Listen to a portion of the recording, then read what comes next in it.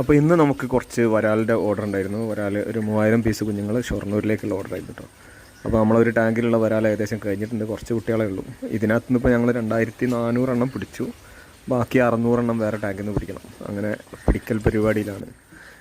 ഇങ്ങനെ നമ്മൾ കൗണ്ട് ചെയ്തിട്ട് തന്നെ 3000 ഒക്കെ ആണെന്നുണ്ടെങ്കിൽ ഞങ്ങൾ എണ്ണിയിട്ട് തന്നെയാണ് ചെയ്യുന്നത്. സാധാരണഗതിയിൽ തൂക്കിയിട്ട് അതിൽ എത്ര എണ്ണം ഉണ്ടാവുമെന്ന് നോക്കി അതിനനുസരിച്ചുള്ള തൂക്കം കൊടുക്കുക ചെയ്യുക. നമ്മൾ ഇവിടുന്ന് പരമാവധി എണ്ണാൻ പറ്റുന്ന സാഹചര്യമാണെന്ന് എണ്ണിയിട്ട് തന്നെയാണ് കുഞ്ഞുങ്ങളെ കൊടുക്കുക.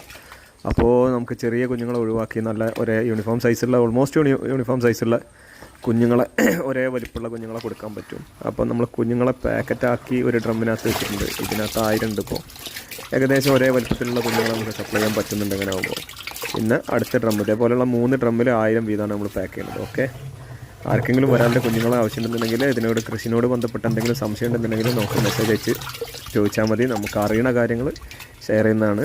നല്ല കുഞ്ഞുങ്ങളെ ആവശ്യമുള്ളവരുണ്ടെന്നുണ്ടെങ്കിൽ വിളിച്ചാൽ നമ്മൾ എത്തിച്ച് തരാവുന്ന സംവിധാനം ഉണ്ടെങ്കിൽ അത് ചെയ്തു തരുന്നതാണ്. ഓക്കെ, എല്ലാവരും ഒന്ന് സബ്സ്ക്രൈബ് ചെയ്തിരുന്നുണ്ടെങ്കിൽ ഇതിൻ്റെ അടുത്ത വീഡിയോകളൊക്കെ നിങ്ങൾക്ക് കാണാം.